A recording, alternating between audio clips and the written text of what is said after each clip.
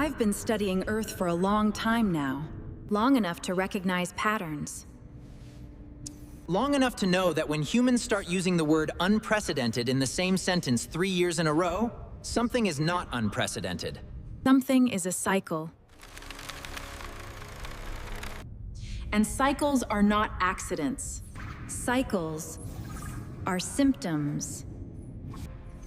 Right now, the human system is making a sound I've only heard a few times across different civilizations. It's the sound of a structure that was built for one world, trying to hold weight in a completely different one. It doesn't collapse all at once. It creaks.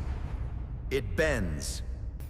And the people inside it keep patching the walls, while the foundation quietly shifts beneath them. This is what I want to talk about today. Not a single crisis.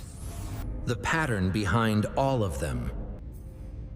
If you find value in seeing your world from the outside, whoa, subscribe. Like this video if any of this feels uncomfortably familiar. And leave a comment. Do you feel like the system is breaking? Or do you think it's holding? I genuinely want to know what Earth looks like from the inside right now. Let me start with something humans call inflation. The word sounds technical, bureaucratic, manageable. But what it actually describes is this: the distance between what your money can do today and what it could do yesterday. And that distance has been widening fast. The acceleration toward the end of the 8 seconds changes the emotional temperature, Tay. It was already happening, and it's happening faster. Between 2021 and 2022, global inflation went from under 2% to nearly 9%. That kind of jump doesn't happen because of bad luck. This spike persists, waiting for a real explanation. It happens when multiple systems fail at the same time. The NEV. Energy prices exploding because of a war in Ukraine. And governments that had spent years printing money to keep things stable, suddenly watching that money lose meaning. That'll be $175. Yeah. Just the basics this week. Checking. Is that enough? No, it isn't. And in some places, Venezuela, Argentina, Sudan, Dan, the word inflation stopped being descriptive and became something closer to catastrophic. Now here's what caught my attention from the research station. This isn't the first time.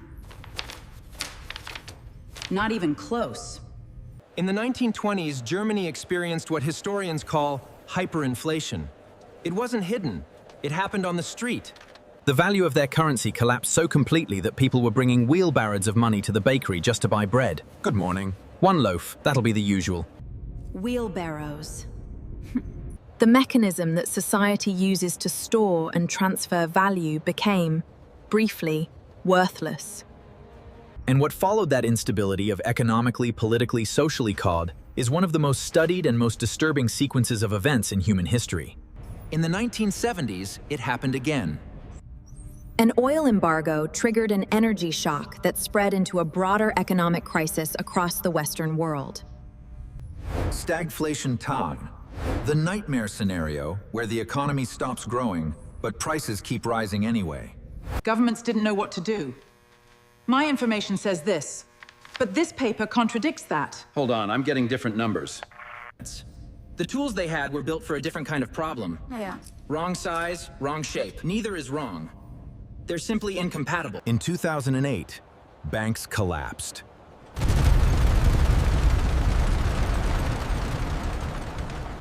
Not small banks, foundational banks. Institutions that humans had entrusted with the architecture of their financial system.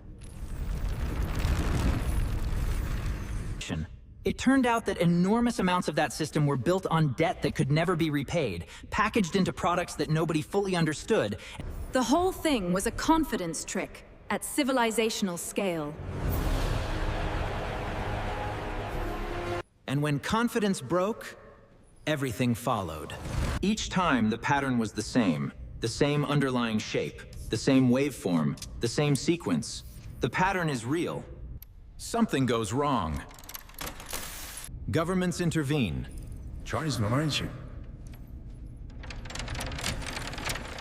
Problem managed. The intervention stabilizes the surface. Looks normal. Sounds normal. People recover, slowly. And then the structural problem that caused the crisis, means the imbalance, the dependency, the fragility pending, never actually gets fixed. It just waits. It accumulates.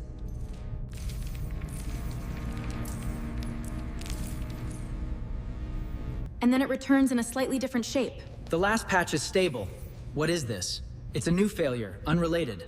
We don't understand. On my planet, we have a word for this kind of pattern. It roughly translates as rehearsed disaster.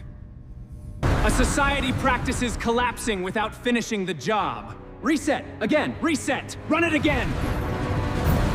And every rehearsal makes the final performance more likely. Now add war to the equation. Right now, there are more than 110 armed conflicts happening on Earth simultaneously.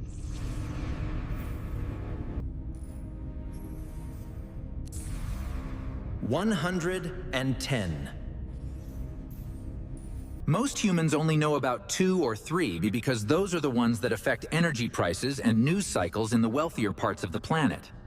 But the global stress load is far higher than what's visible on the surface. The war in Ukraine has been running for over 3 years. It has killed hundreds of thousands of people and permanently disrupted the global supply of food and energy. The numbers are recorded. Russia and Ukraine together were responsible for a significant share of the world's wheat, sunflower oil, and fertilizer. When that flow was disrupted, it didn't just affect Europe. It sent shockwaves through countries in Africa and the Middle East that were already fragile, making hunger worse in places that had nothing to do with the original conflict.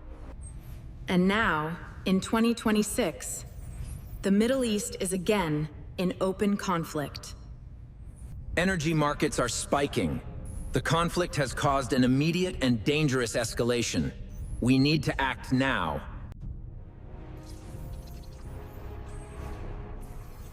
Supply chains are reconfiguring.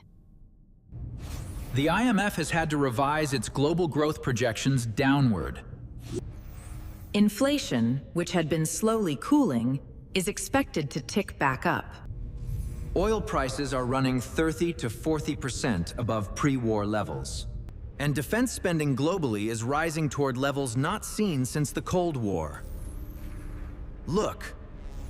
Mostly financed through debt, which means future generations will be paying for wars they were born after. This is also not new. If you go back and look at the structure of every major economic collapse in the last century, war is almost always somewhere in the equation.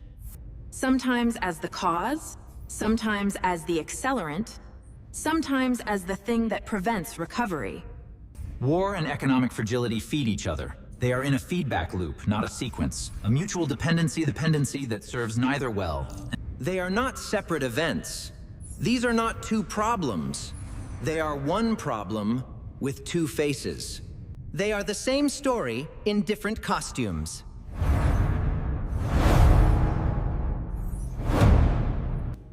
What's different this time is the third variable. Artificial intelligence. I want to be careful here because this is where human conversations tend to jump to extremes. Radical policies. Untenable debt. Either AI will solve everything, or AI will destroy everything. AI, Tom Salvation. AI, apocalypse. Neither of those is quite right. This time, we do it my way. But what I can tell you, looking at the numbers that exist right now in early 2026, is that the labor market is already changing faster than the social system supporting it. In 2025 alone, nearly 78,000 jobs in the technology sector were directly attributed to AI displacement. Nearly 55,000 job cuts across all sectors listed AI as a primary cause. Here, which Terracan Restler. IBM replaced a significant of its HR department with and now handles millions of employee interactions 5% annually. Goldman Sachs estimates that up to 300 million full-time job equivalents globally could be affected by AI automation. McKinsey's most recent research suggests that with today's technology, not future technology, the technology that already exists. That last number is worth sitting with for a moment. More than half of what humans currently do at work is technically automatable right now. Not in theory, not in 20 years. Now. The only reason it hasn't happened everywhere simultaneously is that deployment takes time and money, and that companies are still figuring out how to reorganize around it. But that process has started. It is underway. And it is accelerating. That rate of change is accelerating. The jobs most immediately at risk are not the ones humans typically worry about. Not in the immediate term. It's not just factory workers or truck drivers. It's accountants.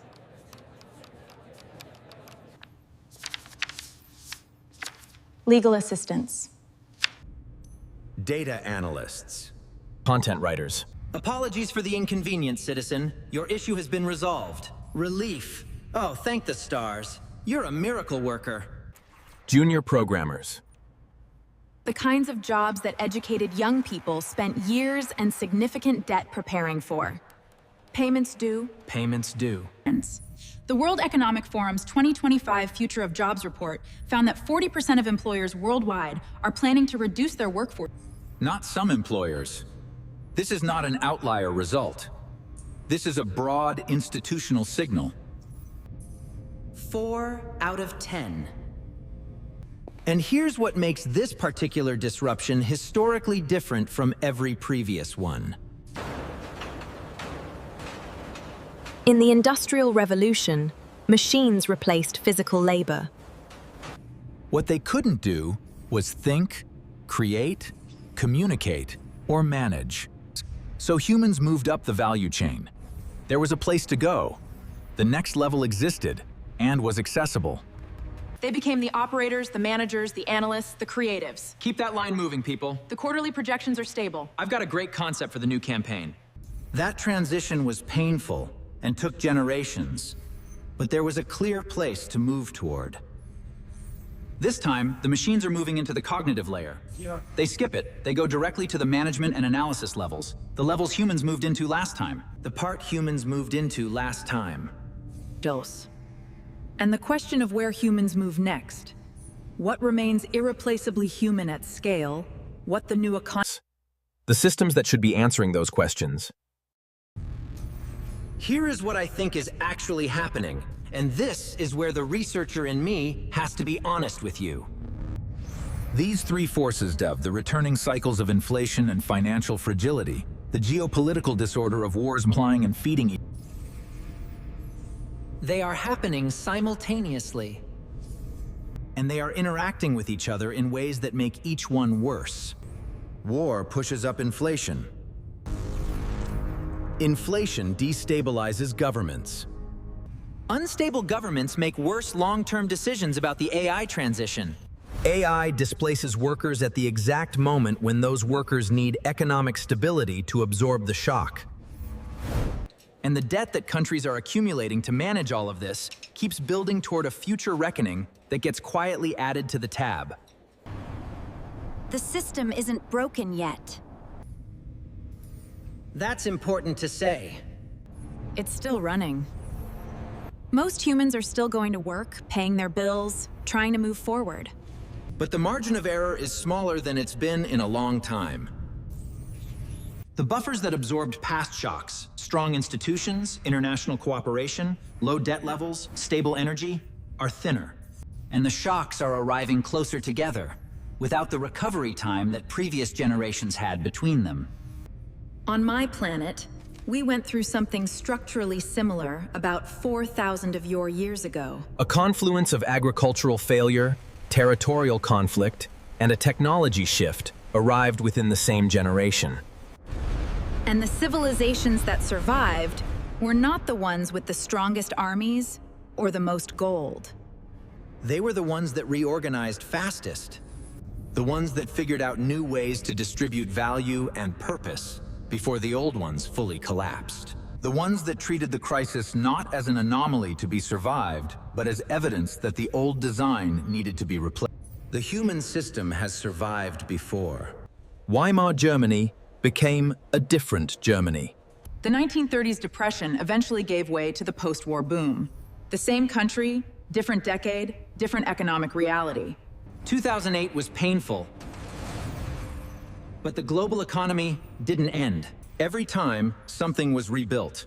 Usually better than what it replaced. Eventually. Usually at enormous cost to the people who lived through the transition.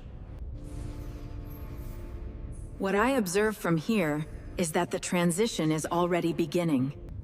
The question isn't whether it happens. The question is whether the humans inside the system understand what they're in the middle of, Karu. Or whether they keep patching the walls while the foundation shifts. Because awareness, historically, is the only thing that ever changed which version of the ending arrived. I'll keep watching. I always do.